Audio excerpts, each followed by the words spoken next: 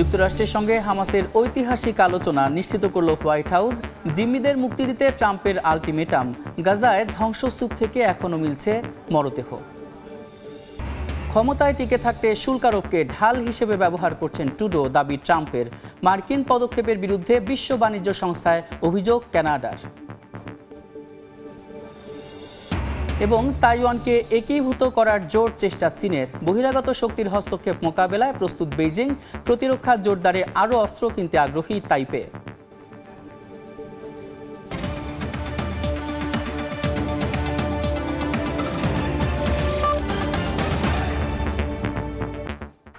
আন্তর্জাতিক সময়ের সঙ্গে আছি আমি সাদিক হাসান ইমন। জিম্মি মুক্তি ও যুদ্ধবিরতি নিয়ে এবার হামাসের সঙ্গে সরাসরি আলোচনা করেছে যুক্তরাষ্ট্র। বুধবার বিষয়টি নিশ্চিত করে হোয়াইট হাউস। 1997 সালে ফিলিস্তিনি স্বাধীনতাকামী সংগঠনটিকে সন্ত্রাসী গোষ্ঠীর তকমা দেওয়ার পর এটি দুপক্ষের প্রথম আলোচনা। এদিকে গাজায় সহায়তা প্রবেশ বন্ধ থাকায় উপত্যকাটিতে বেড়েছে খাদ্যপণ্যের দাম। বিশ্ব খাদ্য কর্মসূচি জানিয়েছে তাদের কাছে যে পরিমাণ খাদ্য আছে তা দিয়ে 2 সপ্তাহেরও কম সময় পর্যন্ত চলবে। গাজায় ইসরায়েল খাদ্য সহায়তা প্রবেশ বন্ধ করে দেয়ায় সেখানে তীব্র খাদ্যের সংকট দেখা দিয়েছে। মূল্য বেড়েছে খাদ্যপণ্যের। এতে চরম বিপাকে পড়েছেন যুদ্ধ বিধ্বস্ত উপত্যকার বাসিন্দারা। গাজায় কমপক্ষে 80টি কমিউনিটি সংগঠন খাদ্য সরবরাহ করে থাকে। এমন পরিস্থিতি অব্যাহত থাকলে তাদের পক্ষে বাসিন্দাদের খাবার দেয়া অসম্ভব হয়ে পড়বে। বিশ্ব খাদ্য কর্মসূচি বা WFP জানিয়েছে তাদের কাছে যে পরিমাণ খাদ্য আছে তা দিয়ে 2 সপ্তাহেরও কম সময় পর্যন্ত চলবে। যুদ্ধবিধ্বস্ত গাজা পুনর্গঠনের জন্য আরব দেশগুলোর দেয়া পরিকল্পনা প্রত্যাখ্যান করেছে যুক্তরাষ্ট্র। হোয়াইট হাউসের জাতীয় নিরাপত্তা কাউন্সিলের মুখপাত্র ব্রায়ান হিউজেস বলেছেন, আরব পরিকল্পনায় গাজার বাস্তব পরিস্থিতি উপেক্ষা করা হয়েছে। অঞ্চলটি বর্তমানে বসবাসের অনুপযোগী এবং ধ্বংসস্তূপ ও অবিস্ফোরিত গোলাবারুদে পূর্ণ এলাকায় বসবাস করা সম্ভব নয় বলে মন্তব্য তার। এর আগে ইসরায়েল জানায় আরব দেশগুলোর জরুরি বৈঠকে 2023 সালের অক্টোবর পরবর্তী বাস্তবতাকে পাশ কাটানো হয়েছে। এমন পরিস্থিতিতে ফিলিস্তিনের স্বাধীনতাকামী সংগঠন হামাসের সঙ্গে সরাসরি আলোচনা চালাচ্ছে যুক্তরাষ্ট্র। বুধবার এক সংবাদ সম্মেলনে হোয়াইট হাউসের প্রেস সচিব ক্যারোলিন লেভিট বিষয়টি নিশ্চিত করেন, যদিও এ বিষয়ে বিস্তারিত কিছু জানাননি তিনি। বিভিন্ন গণমাধ্যম বলছে এই আলোচনার লক্ষ্য হলো হামাসের কাছে বন্দী থাকা জিম্মিদের মুক্ত করা। এছাড়া সংগঠনটির সঙ্গে দীর্ঘ যুদ্ধবিরতি ইস্যুতেও আলোচনা হয়ে থাকতে পারে বলে ধারণা করা হচ্ছে। 1997 সালে ফিলিস্তিনি স্বাধীনতাকামী সংগঠনটিকে সন্ত্রাসী গোষ্ঠীর তকমা দিয়েছিল মার্কিন প্রশাসন। ফারহাদ চৌধুরী, সময় সংবাদ। ইউক্রেনের সঙ্গে গোপন তথ্য আদান প্রদান বন্ধ করে দিয়েছে যুক্তরাষ্ট্র। বুধবার এ তথ্য জানায় মার্কিন গোয়েন্দা সংস্থার প্রধান জন র্যাডক্লিফ। ট্রাম্প প্রশাসনের এমন পদক্ষেপে কিয়েভের সামরিক সক্ষমতা মারাত্মকভাবে প্রভাবিত হতে পারে বলে মনে করছেন বিশ্লেষকরা। মার্কিন জাতীয় নিরাপত্তা উপদেষ্টা বলছেন, 2 দেশের মধ্যকার গোপন তথ্য আদান প্রদান সংক্রান্ত সব দিক পুনর্বিবেচনা করে এ সিদ্ধান্ত নেওয়া হয়েছে। এদিকে যুক্তরাষ্ট্র এবং ইউক্রেনের সম্পর্ক স্বাভাবিক করতে সর্বাত্মক চেষ্টা চালিয়ে যাচ্ছেন ব্রিটিশ প্রধানমন্ত্রী কিয়ার স্টারমার।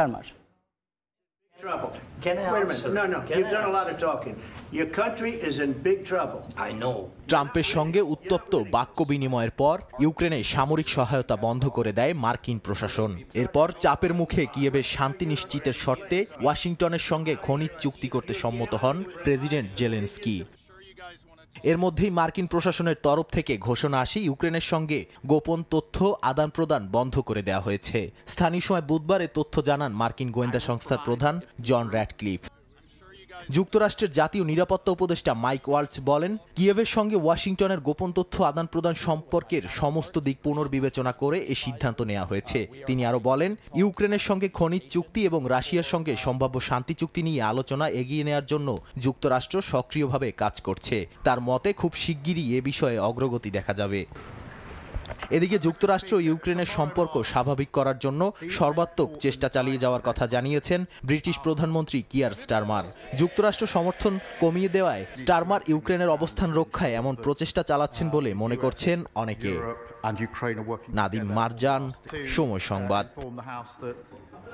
ইউক্রেন ইস্যুতে আগামী সপ্তাহে বৈঠকে বসতে যাচ্ছেন ইউরোপের সামরিক প্রধানরা। টেলিভিশনে দেয়া ভাষণে একথা জানান ফ্রান্সের প্রেসিডেন্ট ইমানুয়েল ম্যাক্রো। বলেন, ইউক্রেনের বিষয়ে যুক্তরাষ্ট্র নিজের অবস্থান পরিবর্তন করায় ইউরোপ এখন নতুন এক যুগে প্রবেশ করেছে। অন্যদিকে যুদ্ধের ময়দানে পাল্টাপাল্টি হামলা অব্যাহত রেখেছে রাশিয়া ইউক্রেন। এমন পরিস্থিতিতে ইউক্রেনের রুশ অধিকৃত 4টি অঞ্চলের নাগরিকদের পাসপোর্ট দিচ্ছে রাশিয়া। ইউক্রেন ইস্যুতে বুধবার টেলিভিশনে ভাষণ দেন ফ্রান্সের প্রেসিডেন্ট ইমানুয়েল মাখো। জানান আগামী সপ্তাহে প্যারিসে ইউরোপের সামরিক বাহিনীর প্রধানেরা বৈঠকে বসতে যাচ্ছেন। মাখো আরও বলেন, ইউক্রেন ইস্যুতে যুক্তরাষ্ট্র নিজের অবস্থান পরিবর্তন করায় ইউরোপ এখন নতুন এক যুগে প্রবেশ করেছে। সামরিক খাতে ব্যয় বাড়ানো হবে বলেও ভাষণে ঘোষণা দেন ফরাসি প্রেসিডেন্ট। ইউক্রেনের রুশ অধিকৃত 4টি অঞ্চলের নাগরিকদের পাসপোর্ট দিচ্ছে রাশিয়া। বুধবার রুশ আইন শৃঙ্খলা বাহিনীর এক অনুষ্ঠানে অংশ নিয়ে বিষয়টি জানান প্রেসিডেন্ট ভ্লাদিমির পুতিন। পরে রাশিয়ার স্বরাষ্ট্রমন্ত্রী বলেন, ডোনেস্ক, লুহান্স, খেরসন ও জাপোরিঝিয়ার 35 লাখের বেশি মানুষকে রুশ পাসপোর্ট দেওয়া হয়েছে। ফারহাদ চৌধুরী, সময় সংবাদ। যুদ্ধবন্ধে রাশিয়ার সঙ্গে আলোচনার জন্য রাজি হয়েছেন ইউক্রেনের প্রেসিডেন্ট ভলোদিমির জেলেনস্কি। দ্বিতীয় মেয়াদে ক্ষমতা গ্রহণের পর কংগ্রেসে প্রথমবার ভাষণে একথা জানান মার্কিন প্রেসিডেন্ট ডোনাল্ড ট্রাম্প। ভাষণে শুল্ক আরোপের পক্ষে সাফাই গাইলেন মার্কিন প্রেসিডেন্ট।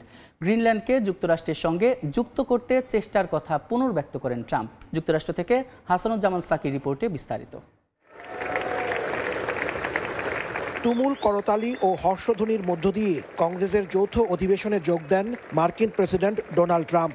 দ্বিতীয়বারের মতো ক্ষমতা গ্রহণের পর কংগ্রেসে এটি ট্রাম্পের প্রথম ভাষণ। শুরুতেই তিনি যুক্তরাষ্ট্রের জনগণকে ধন্যবাদ জানান। বলেন, যুক্তরাষ্ট্র আবার তার আগের অবস্থানে ফিরে এসেছে। গত 4 বছর বাইডেনের সময় যা ছিল না। ট্রাম্প বলেন, মার্কিনীদের এখন আস্থা, বিশ্বাস ও স্বপ্ন পূরণের দিন।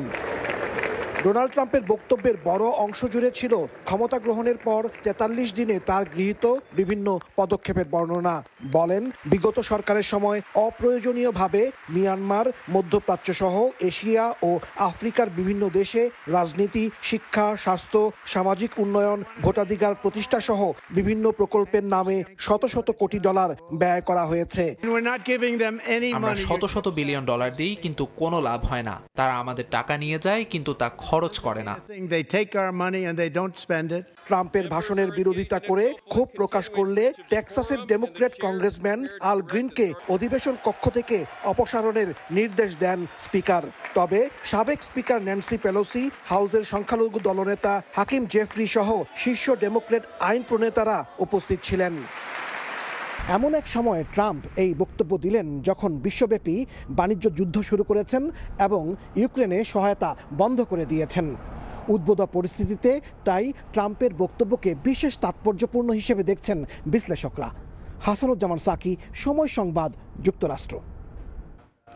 মার্কিন প্রেসিডেন্ট ডোনাল্ড ট্রাম্পের কংগ্রেস ভাষণের পর তীব্র প্রতিক্রিয়া জানিয়েছেন ডেমোক্র্যাট নেতারা। সামাজিক যোগাযোগ মাধ্যমে একের পর এক পোস্টে ট্রাম্পের বাজেট পরিকল্পনা, শুল্ক নীতি ও অভিবাসন ইস্যুর তীব্র সমালোচনা করেন তারা। ট্রাম্প অভিবাসন ইস্যুকে ব্যবহার করে ভয়ভীতির পরিবেশ তৈরি করছেন বলে অভিযোগ করেছেন কংগ্রেসের নেতারা। মার্কিন প্রেসিডেন্ট হিসেবে শপথ নেয়ার পর প্রথমবারের মতো স্থানীয় সময় মঙ্গলবার কংগ্রেসের যৌথ অধিবেশনে যোগ দেন ডোনাল্ড ট্রাম্প। অন্যান্য সময়ের মতো ট্রাম্পের এই ভাষণের পরও নানা বক্তব্য ঘিরে শুরু হয়েছে আলোচনা সমালোচনা। ডেমোক্র্যাট নেতারা সামাজিক যোগাযোগ মাধ্যমে তীব্র প্রতিক্রিয়া জানিয়েছেন। বাজেট পরিকল্পনায় $4 ট্রিলিয়ন ঋণ বৃদ্ধি ও স্বাস্থ্যসেবা কাটছাঁটের মাধ্যমে সাধারণ মানুষকে বিপদে ফেলছেন বলে অভিযোগ করেছেন ক্যালিফোর্নিয়ার প্রতিনিধি ন্যান্সি পেলোসি। ক্যালিফোর্নিয়ার সিনেটর অ্যাডাম শিফ ট্রাম্পের শুল্ক নীতি নিয়ে কটাক্ষ করে বলেন, শুল্কের অপর নাম ট্রাম্প ট্যাক্স। জিনিসপত্রের দাম এখনই আকাশ ছোঁয়া, আর ট্রাম্পের নীতিতে তা আরও বাড়তে পারে বলে শঙ্কা প্রকাশ করেছেন তিনি। কংগ্রেস সদস্যরা বলছেন ট্রাম্প অভিবাসন ইস্যুকে ব্যবহার করে ভয়ভীতির পরিবেশ তৈরি করছে, অথচ তিনি মূল্যস্ফীতি বা অর্থনীতি নিয়ে কোনো কার্যকর পদক্ষেপ নিচ্ছেন না। ডেমোক্র্যাটদের পাশাপাশি কংগ্রেসের ভেতর থেকেও প্রতিক্রিয়া এসেছে। অনেকে প্রতিবাদ জানিয়ে কক্ষ ত্যাগ করেছেন, তবে কেউ কেউ আবার ট্রাম্পের অবস্থানকে স্বাগত জানিয়েছেন। আমি মনে করি প্রেসিডেন্টের এ ভাষণ অনেক অনুপ্রেরণা ছিল। তিনি এদেশের প্রতিটি মানুষের কথা ভেবে এ বক্তৃতা দিয়েছেন। এই প্রেসিডেন্ট কারো সম্মানের যোগ্য নন। তিনি যুক্তরাষ্ট্রের নাগরিকদের ক্ষতি করেছেন, অসম্মান করেছেন। তার আজকের ভাষণ ছিল মিথ্যা ও অর্থহীন। নিউ ইয়র্কে এক বক্তব্যে ডেমোক্র্যাট কংগ্রেসম্যান আদ্রিয়ানো স্পায়াত জানান, ট্রাম্প প্রেসিডেন্ট নন, বরং নিজেকে রাজা মনে করেন। ট্রাম্প শুল্ক নীতি এবং কর ছাড়ের মাধ্যমে ধনীদের সুবিধা দিলেও সাধারণ জনগণের জন্য স্বাস্থ্যসেবা ও সরকারি সহায়তা কমিয়ে দিচ্ছেন বলেও মন্তব্য করেন তিনি। মালিহা সুহরাওয়ার্দী, সময় সংবাদ। কানাডার ক্ষমতায় টিকে থাকতে মার্কিন শুল্ক আরোপকে ঢাল হিসেবে ব্যবহার করছেন জাস্টিন ট্রুডো, এমন দাবি করেছেন যুক্তরাষ্ট্রের প্রেসিডেন্ট ডোনাল্ড ট্রাম্প। বুধবার দুই নেতার ফোনালাপের পর সামাজিক মাধ্যমে দেয়া পোস্টে একথা বলেন ট্রাম্প। এর আগে ট্রাম্পের শুল্ক আরোপের বিরুদ্ধে বিশ্ব বাণিজ্য সংস্থা WTOর অভিযোগ জানায় কানাডা। এদিকে চীন বলছে মাদক সমস্যার সমাধান করতে চাইলে যুক্তরাষ্ট্রের উচিত চীনের সঙ্গে পরামর্শ করা। ডোনাল্ড ট্রাম্পের দেয়া 1 মাসের চূড়ান্ত সময়সীমার মধ্যেও গ্রহণযোগ্য সমাধান বের করতে না পারার খেসারত দিল মেক্সিকো ও কানাডা। গেল মঙ্গলবার থেকেই দেশ দুটির পণ্যের ওপর 25% শুল্ক আরোপ করার ঘোষণা দিয়েছেন মার্কিন প্রেসিডেন্ট। জবাবে কানাডাও পাল্টা শুল্ক আরোপ করে। এবার এই ইস্যুতে ট্রাম্পের সঙ্গে দীর্ঘ ফোনালাপ করেছেন কানাডার প্রধানমন্ত্রী জাস্টিন ট্রুডো। সামাজিক মাধ্যম ট্রুথ সোশ্যালে ডোনাল্ড ট্রাম্প জানিয়েছেন বুধবার ট্রুডোর সঙ্গে তার 50 মিনিট ফোনে কথা হয়েছে। দুজনের বন্ধুত্বপূর্ণ কথাবার্তা হয়েছে জানিয়ে ট্রাম্প বলেন, এদিন ট্রুডো তার কাছে শুল্কারোপের বিষয়ে কি করা যেতে পারে তা জানতে চান। জবাবে মার্কিন প্রেসিডেন্ট বলেন, ফ্যান্টানিল মাদকের কারণে অনেকের মৃত্যু হয়েছে। এই মাদক কানাডা ও মেক্সিকো সীমান্ত হয়ে যুক্তরাষ্ট্রে প্রবেশ করে, তবে এখনও নিষিদ্ধ এই মাদক প্রবেশ বন্ধে প্রয়োজনীয় ব্যবস্থা নেওয়া হয়নি। সামাজিক মাধ্যমে দেয়া পোস্টে কানাডার প্রধানমন্ত্রীকে গভর্নর সম্বোধন করে ট্রাম্প বলেন, ফোনালাপে তিনি ট্রুডোর কাছে দেশটির পরবর্তী নির্বাচন কবে হতে পারে তা জানতে চান, তবে এর কোনো সদুত্তর দিতে পারেননি ট্রুডো। কানাডার প্রধানমন্ত্রী মার্কিন শুল্কারোপের বিষয়টিকে ক্ষমতায় টিকে থাকার হাতিয়ার হিসেবে ব্যবহার করছেন বলেও দাবি করেন ট্রাম্প। যুক্তরাষ্ট্রের নতুন শুল্ক নীতিকে অযৌক্তিক আখ্যা দিয়ে বিশ্ব বাণিজ্য সংস্থা WTOতে আনুষ্ঠানিকভাবে অভিযোগ জানিয়েছে কানাডা। রয়টার্স এক প্রতিবেদনে জানায়, জেনেভায় সংস্থাটিতে নিযুক্ত কানাডার রাষ্ট্রদূত নাদিয়া থিওডোর বুধবার এক বিবৃতিতে এই অভিযোগের বিষয়টি নিশ্চিত করেন। WTOর নিয়ম অনুযায়ী আগামী 60 দিনের মধ্যে দুই পক্ষের মধ্যে চলমান সমস্যার সমাধান না হলে কানাডা আনুষ্ঠানিকভাবে বিচারিক প্যানেল গঠনের আবেদন করতে পারবে। কানাডার পথেই হেঁটেছে চীনও। বিভিন্ন গণমাধ্যমের খবর, এরই মধ্যে বিশ্ব বাণিজ্য সংস্থায় যুক্তরাষ্ট্রের বিরুদ্ধে আনুষ্ঠানিক অভিযোগ জানিয়েছে বেইজিং। বুধবার এক সংবাদ সম্মেলনে চীনা পররাষ্ট্র মন্ত্রণালয়ের মুখপাত্র লি জিয়ান বলেন, যুক্তরাষ্ট্র যদি সত্যি মাদক সমস্যা সমাধান করতে চায় তাহলে সমতা, পারস্পরিক সম্মান ও সুবিধার ভিত্তিতে চীনের সঙ্গে পরামর্শ করাই হবে সঠিক পদক্ষেপ। তবে যুক্তরাষ্ট্র যদি চীনের স্বার্থ ক্ষতি করার চেষ্টা করে তবে বেইজিংও শেষ পর্যন্ত লড়তে বাধ্য থাকবে বলে হুঁশিয়ার করেন লি।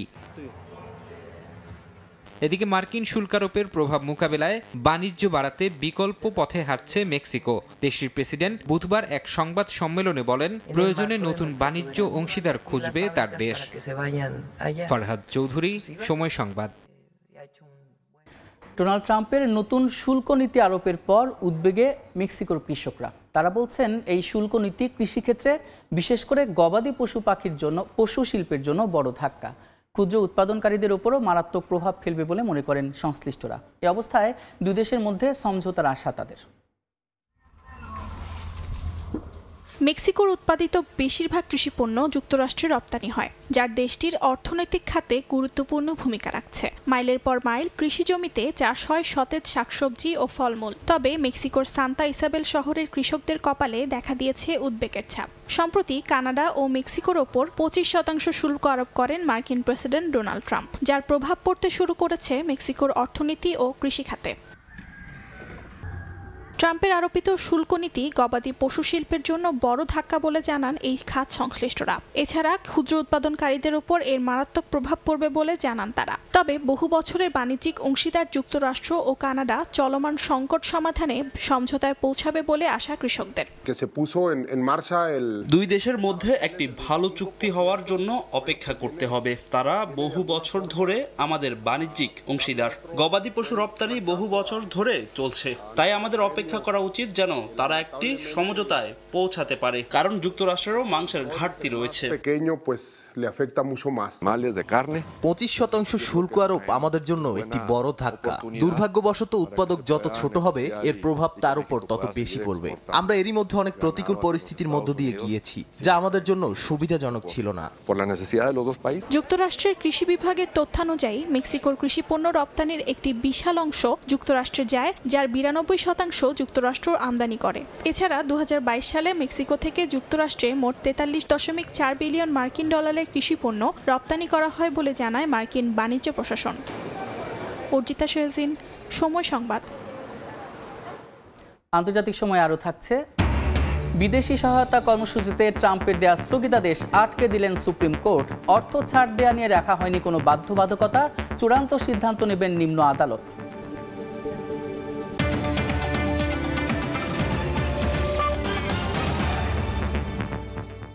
আবারও চীনের সঙ্গে তাইওয়ানকে এক করতে জোর চেষ্টা চালিয়ে যাচ্ছে বেইজিং।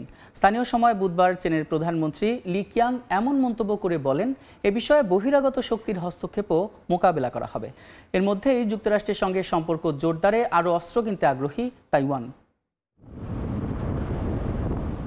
সার্বভৌমত্ব আর দখলদারিত্বের প্রশ্নে সবসময় দ্বন্দ্ব লেগে থাকে চীন তাইওয়ানের। বেইজিং স্বায়ত্তশাসিত তাইপেকে নিজেদের অধীনে নিতে চায়। এ কারণে নিজেদের অঞ্চল দাবি করা তাইওয়ানের ওপর কয়েক বছর ধরে সামরিক চাপ বাড়াচ্ছে চীন। এরই প্রেক্ষিতে এবার চীনের প্রধানমন্ত্রী লি কিয়াং বলেন, আবারও চীনের সঙ্গে তাইওয়ানকে এক করতে জোর চেষ্টা চালিয়ে যাচ্ছে বেইজিং। স্থানীয় সময় বুধবার চীনের প্রধানমন্ত্রী লি কিয়াং এমন মন্তব্য করে বলেন, এ বিষয়ে বহিরাগত শক্তির হস্তক্ষেপও মোকাবিলা করা হবে। তিনি আরও বলেন, চীনা জাতির পুনর্জাগরণের জন্য দুই অঞ্চলের বাসিন্দাদের এক হয়ে কাজ করতে হবে। অন্যদিকে প্রেসিডেন্ট লাই চিংতে বরাবরই বলে আসছেন, তাইওয়ানের জনগণের উপর সবকিছু নির্ভর করছে, তারা যা চায় সেটাই নিশ্চিত করা হবে। এমনকি তিনি চীনকে বেশ কয়েকবার আলোচনায় বসার আহ্বান জানালেও তা প্রত্যাখ্যান করে আসছে বেইজিং। এর মধ্যেই যুক্তরাষ্ট্রের সঙ্গে সম্পর্ক জোরদারে আরও অস্ত্র কিনতে আগ্রহী তাইওয়ান। বুধবার তাইওয়ানের এক জ্যেষ্ঠ কর্মকর্তার বরাতে ব্লুমবার্গ এ তথ্য জানায়। ওই কর্মকর্তা জানান, ইউরোপের দেশগুলো তাইওয়ানের কাছে অস্ত্র বিক্রি করতে না চাওয়ায় স্বাভাবিকভাবে যুক্তরাষ্ট্রের উপর নির্ভর করতে হচ্ছে তাইপেকে। আর তাই দেশটির সঙ্গে সম্পর্ক আরও গভীর করতে উঠে পড়ে লেগেছে তাইওয়ান। নাদিম মারজান, সময় সংবাদ। বিদেশে সহায়তা কর্মসূচিতে প্রায় 2 বিলিয়ন অর্থ পরিশোধে ট্রাম্প প্রশাসনের স্থগিতাদেশ নাকচ করে দিয়েছেন যুক্তরাষ্ট্রের সুপ্রিম কোর্ট। 4 জন বিচারপতি এই আদেশের বিরোধিতা করলেও প্রধান বিচারপতি সহ 5 জন পক্ষে ভোট দিয়েছেন। পরিশোধের জন্য অর্থ কখন ও কিভাবে ছাড় দেওয়া হবে সে বিষয়ে কোনো সময়সীমা বাধ্যবাধকতা রাখেনি আদালত। এটি এখন নির্ভর করছে নিম্ন আদালতের সিদ্ধান্তের উপর। সরকারি খরচ কমানোর জন্য গত জানুয়ারিতে $1 বিলিয়ন বৈদেশিক সাহায্য স্থগিতের ঘোষণা দেন মার্কিন প্রেসিডেন্ট ডোনাল্ড ট্রাম্প। এবার সহায়তার অর্থ পরিশোধে ট্রাম্প প্রশাসনের সিদ্ধান্ত নাকচ করে দিলেন যুক্তরাষ্ট্রের সুপ্রিম কোর্ট। মার্কিন গণমাধ্যমগুলো বলছে, এজেন্সির মাধ্যমে বাস্তবায়ন হয়েছে এমন কাজের অর্থ ছাড়ের বিষয়ে ট্রাম্প প্রশাসনকে সম্প্রতি নির্দেশ দিয়েছিলেন জেলা আদালত। এর বিরুদ্ধে প্রশাসনের করা আবেদন বুধবার নাকচ করে দেন আদালত। আদালতের 4 জন বিচারপতি এই আদেশের বিরোধিতা করলেও প্রধান বিচারপতি জন রবার্টস সহ 5 জন কমপক্ষে ভোট দিয়েছেন। তহবিল ছাড়ের বিষয়টি নিম্ন আদালতের স্পষ্ট করা উচিত বলেও পর্যবেক্ষণে বলেছেন সুপ্রিম কোর্ট। সবশেষ দ্বিতীয় দফায় গত বুধবারের মধ্যে ট্রাম্প প্রশাসনকে পরিশোধে অর্থ ছাড় দিতে সময়সীমা বেঁধে দিয়েছিলেন মার্কিন জেলা আদালতের বিচারক আমির আলী। এর বিরুদ্ধে প্রশাসনের পক্ষ থেকে সুপ্রিম কোর্টে জরুরি আবেদন করা হয়। এ সময় দাবি করা হয়, প্রশাসন তহবিল ব্যয়ের জন্য চেষ্টা চালাচ্ছে, তবে নির্দেশিত সময়সীমা মেনে চলা সম্ভব হচ্ছে না। এনবিসি নিউজের প্রতিবেদনে বলা হয়, অর্থ ছাড় স্থগিত রাখায় ইউক্রেনে সেচ প্রকল্প স্থাপন, ভিয়েতনাম ও নেপালে চিকিৎসা সরঞ্জাম সরবরাহ এবং কেনিয়া, উগান্ডা, ঘানা ও ইথিওপিয়ায় ম্যালেরিয়া মোকাবিলার কার্যক্রম বাধাগ্রস্ত হচ্ছে। নাদিম মারজান, সময় সংবাদ। 8 নেপালি অবৈধ অভিবাসীকে ফেরত পাঠালো যুক্তরাষ্ট্র। বুধবার মার্কিন বিমানে করে তাদের কাঠমান্ডুতে নিয়ে যাওয়া হয়। সম্প্রতি যুক্তরাষ্ট্র থেকে 300 অভিবাসীকে পানামায় পাঠিয়েছে, যাদের মধ্যে আফগানিস্তান, চীন, ভারত, ইরান সহ প্রায় 10টি দেশের নাগরিক রয়েছেন। এদিকে কংগ্রেসের যৌথ অধিবেশনের বক্তব্যে অভিবাসী বিতাড়িত কর্মসূচি আরও কঠিন করা হবে বলে জানিয়েছেন মার্কিন প্রেসিডেন্ট ডোনাল্ড ট্রাম্প। বুধবার স্থানীয় সময় সকাল 10টায় 8 নেপালি অবৈধ অভিবাসীকে নিয়ে একটি মার্কিন বিমান কাঠমান্ডুর ত্রিভুবন আন্তর্জাতিক বিমানবন্দরে অবতরণ করে। পরে পুলিশ ভ্যানে করে তাদের নিয়ে যাওয়া হয়। ফেরত পাঠানো ব্যক্তিদের মধ্যে 6 জনের বৈধ নেপালি পাসপোর্ট ছিল। ওয়াশিংটন ডিসিতে অবস্থিত নেপালি দূতাবাস বাকি 2 জনের জন্য ভ্রমণ নথি জারি করেছে। এর আগে মার্কিন অভিবাসন আদালত থেকে তাদের ফেরত পাঠানোর আদেশ দেওয়া হয়। এদের মধ্যে কয়েকজনের বিরুদ্ধে মানব পাচারকারীদের বড় অঙ্কের অর্থ প্রদান করে মেক্সিকো হয়ে যুক্তরাষ্ট্রে প্রবেশ করেছিলেন বলে অভিযোগ রয়েছে। এক সূত্রের বরাতে গণমাধ্যম বলছে, এদের কেউই শিক্ষার্থী ভিসায় যুক্তরাষ্ট্রে প্রবেশ করেনি। যুক্তরাষ্ট্র থেকে বিতাড়িত নাগরিকদের কোনো ধরনের আপত্তি ছাড়াই গ্রহণ করেছে নেপাল। ইমিগ্রেশন অ্যান্ড কাস্টমস এনফোর্সমেন্টের অনুরোধে ভ্রমণ নথি জারি করে এই প্রক্রিয়া সহজ করা হয়েছে। সম্প্রতি আফগানিস্তান, চীন, ভারত, নেপাল, ইরান সহ 10টি দেশের অন্তত 300 নাগরিককে পানামায় পাঠানো হয়েছে। মার্কিন প্রেসিডেন্ট ডোনাল্ড ট্রাম্পের অভিবাসন বিতাড়িত কর্মসূচির অংশ হিসেবে তাদের সেখানে পাঠানো হয়। এদিকে কংগ্রেসের যৌথ অধিবেশনের ভাষণে অভিবাসন নীতি আরো কঠোর করা হবে বলে জানান ডোনাল্ড ট্রাম্প। বলেন, অবৈধ অভিবাসীদের ধরতে যুক্তরাষ্ট্রের ইতিহাসে তার প্রশাসন সবচেয়ে কঠোর অভিযান শুরু করেছে। ট্রাম্প দায়িত্ব নেওয়ার 3 সপ্তাহের মধ্যে অন্তত 14,000 অবৈধ অভিবাসীকে গ্রেফতার করা হয়। রাইসা জান্নাত, সময় সংবাদ। পানামা খালে প্রভাব বিস্তারে নতুন কৌশলের আশ্রয় নিয়েছে যুক্তরাষ্ট্র। মার্কিন বিনিয়োগ প্রতিষ্ঠান ব্ল্যাক রকের নেতৃত্বে পানামার গুরুত্বপূর্ণ বন্দরগুলোর 90% মালিকানা কিনে নিয়েছে বিনিয়োগকারীরা। পানামা খালের ওপর চীনা প্রভাব কমানোর লক্ষ্যেই এমন পদক্ষেপ বলে মনে করছেন বিশেষজ্ঞরা। পানামা খালের দুই পাশে থাকা বন্দরগুলোর নিয়ন্ত্রণ এবার চলে যাচ্ছে যুক্তরাষ্ট্র ও সুইস বিনিয়োগকারীদের হাতে। ব্ল্যাক রকের নেতৃত্বে একদল বিনিয়োগকারী $2,280 কোটি কিনে নিয়েছে হংকং ভিত্তিক সিকে হাচিসানের মালিকানাধীন বন্দর ব্যবসার অধিকাংশ শেয়ার। এমন পদক্ষেপকে চীনের আঞ্চলিক প্রভাব কমানোর মার্কিন কৌশলের বড় সাফল্য হিসেবে দেখছেন বিশেষজ্ঞরা। সিকে হাচিসান চীনা সরকারের মালিকানাধীন না হলেও হংকং ভিত্তিক প্রতিষ্ঠান হিসেবে দেশটির আর্থিক নিয়ন্ত্রণের আওতায় পড়ে। 1997 সাল থেকে তারা পানামা খালের গুরুত্বপূর্ণ বন্দর দুটি পরিচালনা করে আসছে। নতুন মালিকানা নিতে হলে পানামা সরকারের অনুমোদন প্রয়োজন হবে। পানামা খাল আটলান্টিক ও প্রশান্ত মহাসাগরের মধ্যে সংযোগকারী পথ। বছরে প্রায় 14,000 জাহাজ পার হয় এই জলপথ দিয়ে। বিশ্লেষকদের মতে এই বন্দর নিয়ন্ত্রণে থাকা মানেই আন্তর্জাতিক বাণিজ্যে প্রভাব বিস্তার করা, আর তাই আন্তর্জাতিক বাজারে চীনা প্রভাব কমাতে পানামা খালের ওপর যুক্তরাষ্ট্রের নজর বহুদিনের। প্রেসিডেন্ট ট্রাম্প একাধিকবার এই খালের ওপর পুনরায় নিয়ন্ত্রণ নেয়ার পক্ষে কথা বলেছেন। এমনকি গত ফেব্রুয়ারিতে পানামা সফরে মার্কিন পররাষ্ট্রমন্ত্রী মার্কো রুবিও চীনের নিয়ন্ত্রণ কমানোর আহ্বান জানান। যদিও পানামার প্রেসিডেন্ট হোসে রাউল মোলিনো যুক্তরাষ্ট্রের এই দাবি বরাবরই নাকচ করে আসছেন। তিনি সাফ জানান, পানামা খাল পানামার অধীনেই ছিল, আছে এবং থাকবে। আমিরুল ইসলাম আলিফ, সময় সংবাদ। আগামী বছর শেষ হচ্ছে বাংলাদেশ ভারত গঙ্গার পানি চুক্তি বন্টন মেয়াদ। চুক্তি নবায়নের বিষয়ে আলোচনার জন্য কলকাতায় দুই দেশের সংশ্লিষ্ট কর্মকর্তারা বৈঠক করবেন আজ। এ বিষয়ে বিস্তারিত জানাতে কলকাতায় রয়েছেন সহকর্মী সুব্রত আচার্য। সরাসরি যাচ্ছি তার কাছে। সুব্রত, দেখুন, আগামী বছর 12ই ডিসেম্বর এই 30 বছর মেয়াদী এই গঙ্গার পানি বন্টন চুক্তির মেয়াদ সেটি শেষ হবে। সঙ্গত কারণেই দুই দেশের সংশ্লিষ্ট কর্মকর্তারা শীর্ষস্থানীয় কূটনীতিকদের মধ্যে একটি দৌড়ঝাঁপ আমরা গত কয়েকদিন ধরে লক্ষ্য করেছি। তার এরই মধ্যে কিন্তু কলকাতায় অনুষ্ঠিত হবে 86তম যৌথ নদী কমিশনের বৈঠক। সুতরাং সব মিলিয়ে একটি তৎপরতা এবং ইতিবাচক তৎপরতা দুই দেশের সংশ্লিষ্ট আধিকারিকদের মধ্যে আমরা লক্ষ্য করেছি। আপনি জানেন যে বাংলাদেশ থেকে 11 সদস্যের একটি প্রতিনিধি দল 3 তারিখ অর্থাৎ চলতি মাসের 3 তারিখে কলকাতায় এসেছেন এবং তারা কিন্তু 3 তারিখ রাতেই মুর্শিদাবাদের ফারাক্কায় চলে যান এবং 4 তারিখ দিনব্যাপী ফারাক্কা ব্যারেজের ক্যানেল খাল, যেটি ভাগীরথীর দিকে যাচ্ছে, মানে অর্থাৎ ভারতের দিকে যাচ্ছে যে জল, সেটি নিরীক্ষণ করেন এবং একই দিকে ফারাক্কার ব্যারেজ দিয়ে যেটি বাংলাদেশের দিকে যাচ্ছে গঙ্গা পদ্মা হয়ে, সেখানেও কিন্তু এই নিরীক্ষণ দল তারাও কিন্তু সরেজমিনে নিরীক্ষণ করেন। আপনি জানেন যে এই দুই দেশের এই যৌথ নদী কমিশন 1996 সালে তৈরি হয়েছিল। 1 জানুয়ারি থেকে 31 মে পর্যন্ত প্রতিদিনের জলের পরিমাপ দুই দেশের সংশ্লিষ্ট কর্মকর্তারা নিরীক্ষণ করেন। অর্থাৎ 1 জানুয়ারি থেকে 31 মে পর্যন্ত বাংলাদেশের সংশ্লিষ্ট নিরীক্ষণ দল ব্যারেজের অভ্যন্তরীণই থাকেন, কিন্তু তারপরেও প্রতি বছর নিয়ম করে তাদের এই বৈঠকে বসতে হয়।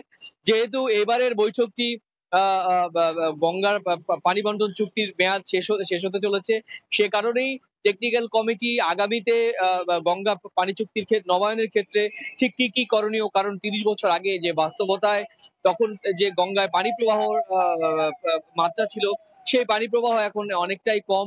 আপনি জানেন যে শেষ যেদিন আমরা সংশ্লিষ্ট আধিকারিকের সঙ্গে কথা বলেছিলাম, সেদিনও তারা বলেছিলেন যে গঙ্গার যে পানি প্রবাহ সেটি কিন্তু অনেকটাই আগের থেকে কম। তো এই 30 বছর আগের চুক্তির বাস্তবতা 30 বছর পরের চুক্তির বাস্তবতা, সেগুলোই কিন্তু এই দুই দল যৌথ নদী কমিশনের যে সংশ্লিষ্ট কর্মকর্তারা সেটি কিন্তু নিরীক্ষণ করবেন, এবং সে কারণেই কিন্তু এই আজকের কলকাতার এই হোটেলে রুদ্ধদ্বার বৈঠকে তারা মিলিত হয়েছেন। তো আমাদের কাছে যেটি খবর, যে আজকের এই রুদ্ধদ্বার বৈঠকের মধ্যে কিন্তু সিদ্ধান্ত হবে দুই দেশের যৌথ নদী কমিশনের এই গঙ্গা পানি বন্টন চুক্তি নিয়ে আগামী বছর খুব শিগগিরই হয়তো একটি যৌথ কমিটি ঘোষণা করা হবে। তো এই ছিল আমার কাছে গঙ্গার পানি বন্টন চুক্তি নবায়ন প্রসঙ্গে কলকাতায় যে রুদ্ধদ্বার বৈঠক হচ্ছে সে সংক্রান্ত আমার কাছে থাকা সবশেষ তথ্য। কলকাতা থেকে সরাসরি যুক্ত ছিলেন সহকর্মী সুব্রত আচার্য। অস্ট্রেলিয়ার ব্রিসবেনের দিকে ধেয়ে যাচ্ছে শক্তিশালী ঘূর্ণিঝড় আলফ্রেড। স্থানীয় সময় শুক্রবার রাতে 155 কিলোমিটার গতিতে উপকূলে আঘাত হানতে পারে ঘূর্ণিঝড়টি। প্রাকৃতিক দুর্যোগ থেকে জনগণকে নিরাপত্তা দিতে প্রস্তুতির কথা জানিয়েছেন অস্ট্রেলিয়ার প্রধানমন্ত্রী। অস্ট্রেলিয়া থেকে SM আমিনুল রুবেলের রিপোর্ট। প্রশান্ত মহাসাগরে সৃষ্ট শক্তিশালী ঘূর্ণিঝড় আলফ্রেড অস্ট্রেলিয়ার তৃতীয় বৃহত্তম শহর ব্রিসবেনের দিকে ধেয়ে আসছে। বুধবার সকাল থেকে কুইন্সল্যান্ড অঙ্গরাজ্যের সমুদ্র তীরবর্তী অঞ্চলের দিকে ধাবিত হয় ঘূর্ণিঝড়টি। অস্ট্রেলিয়ার আবহাওয়া অধিদপ্তর বলেছে, শুক্রবার গভীর রাতে কিংবা সকালের দিকে রাজধানী ব্রিসবেন ও পর্যটন শহর গোল্ড কোস্টে ঘন্টায় 155 কিলোমিটার গতিতে আঘাত হানতে পারে আলফ্রেড। ঘূর্ণিঝড়ের প্রভাবে ব্রিসবেন শহরে ঝড়ো বৃষ্টি ও দমকা হাওয়া বয়ে যাচ্ছে। এতে জনজীবন বিপর্যস্ত হয়ে পড়েছে। দক্ষিণ পূর্ব কুইন্সল্যান্ড এবং নিউ সাউথ ওয়েলসের উত্তরে জনবহুল বেশ কয়েকটি উপশহরের কয়েক হাজার বাড়ি ঝুঁকিতে রয়েছে। সমুদ্র উপকূলীয় শহরের অসংখ্য বাসিন্দা বিদ্যুৎ বিচ্ছিন্ন হয়ে পড়তে পারে। প্রধানমন্ত্রী অ্যান্থনি অ্যালবানিজি সংবাদ সম্মেলনে জানিয়েছেন, তার সরকার প্রাকৃতিক দুর্যোগ থেকে জনগণকে নিরাপত্তা দিতে প্রস্তুত। উপকূলীয় অঞ্চলের বাসিন্দাদের সাহসিকতার সাথে ঘূর্ণিঝড় মোকাবেলায় প্রস্তুত থাকতে বলেছেন তিনি। ব্রিসবেনে অস্ট্রেলিয়ার তৃতীয় সর্বাধিক প্রবাসী বাংলাদেশিদের বসবাস। তবে বেশিরভাগ প্রবাসী শহরের কেন্দ্রের কাছাকাছি থাকায় ব্যাপক ক্ষয়ক্ষতি থেকে রক্ষা পাবে বলে ধারণা করা হচ্ছে। SM আমিনুল রুবেল, সময় সংবাদ, অস্ট্রেলিয়া। যুক্তরাষ্ট্রে প্রতি বছরের মতো এবারও অনুষ্ঠিত হতে যাচ্ছে মুনা কনভেনশন। আগামী 8 অগাস্ট ফিলাডেলফিয়ায় পেনসিলভেনিয়া কনভেনশন সেন্টারে 3 দিনব্যাপী এ আয়োজন অনুষ্ঠিত হবে। মঙ্গলবার নিউ ইয়র্কের জ্যাকসন হাইটসে আসন্ন কনভেনশনের বিভিন্ন দিক তুলে ধরে সংবাদ সম্মেলন করে মুসলিম উম্মাহ of North America. New York থেকে আরও জানাচ্ছেন হাসানুজ্জামান সাকিব। প্রতি বছরের মতো এবারও অনুষ্ঠিত হতে যাচ্ছে যুক্তরাষ্ট্র তথা বিশ্বের অন্যতম বড় বাংলাদেশি মুসলমানদের সম্মেলন মুনা কনভেনশন। আগামী 8, 9 ও 10 আগস্ট ফিলাডেলফিয়ায় পেনসিলভেনিয়া কনভেনশন সেন্টারে হবে এই আয়োজন। এ উপলক্ষে নিউ ইয়র্কের জ্যাকসন হাইটসের একটি রেস্তোরাঁয় সংবাদ সম্মেলন ও ইফতার মাহফিলের আয়োজন করা হয়। রাসূলের সময় থেকে শুরু করে এখন পর্যন্ত মানুষ এই দিনের দাওয়াতকে বিভিন্ন পর্যায়ে নিয়ে যাচ্ছে। আমরা এই মানুষগুলি এবং মেসেজটাকে হাইলাইট করতে চাই। বর্তমান বাংলাদেশের পরিস্থিতি এবং আমেরিকার পরিস্থিতি নতুন মাত্রা যোগ হয়েছে। সুতরাং নতুন এই বিশ্বের নতুন পরিস্থিতিতে মুনা কনভেনশন নতুনভাবে ভূমিকা পালন করবে বলে আমরা আশা করি। যুক্তরাষ্ট্রের বিভিন্ন অঙ্গরাজ্য থেকে শুধু নয়, বাংলাদেশ সহ বিশ্বের বিভিন্ন দেশ থেকে দেশি বিদেশি অতিথিরা কনভেনশনে যোগ দেবেন। বিদেশি আলোচকদের পাশাপাশি থাকবেন বাংলাদেশি ইসলামী স্কলাররা। আয়োজকরা আশা করছেন এবার 25,000 অতিথি কনভেনশনে অংশ নেবেন। আমরা আশা করছি 20 থেকে 25,000 মানুষের সমাগম হবে এবং বাংলা এবং ইংলিশ উভয় স্পিকার সারা বিশ্ব থেকে বিভিন্ন স্কলাররা এখানে থাকবেন। বাঙালি কমিউনিটির সবচেয়ে বড় কনভেনশন। এই কনভেনশনে আমাদের ছেলে সন্তানকে সকল নিয়ে আমি প্রতি বছর আমিও যাই। আমিও কমিউনিটি সকলকে বলবো যে আপনারা সকলে আসেন। মুনা আমেরিকার একটি দাওয়াতি ও সামাজিক সংগঠন। 1990 সালে নিউ ইয়র্কে এটি প্রতিষ্ঠিত হয়। বর্তমানে 3 স্তরে এর সদস্য সংখ্যা 30,000-এরও বেশি। হাসানুজ্জামান সাকি, সময় সংবাদ, নিউ ইয়র্ক। আন্তর্জাতিক সময়ের শীর্ষ সংবাদগুলো জানিয়ে দিচ্ছে আরেকবার। যুক্তরাষ্ট্রের সঙ্গে হামাসের ঐতিহাসিক আলোচনা নিশ্চিত করল হোয়াইট হাউস। জিম্মিদের মুক্তি দিতে ট্রাম্পের আলটিমেটাম এবং ক্ষমতায় টিকে থাকতে শুল্ক আরোপকে ঢাল হিসেবে ব্যবহার করছেন ট্রুডো, দাবি ট্রাম্পের। মার্কিন পদক্ষেপের বিরুদ্ধে বিশ্ব বাণিজ্য সংস্থার অভিযোগ কানাডার।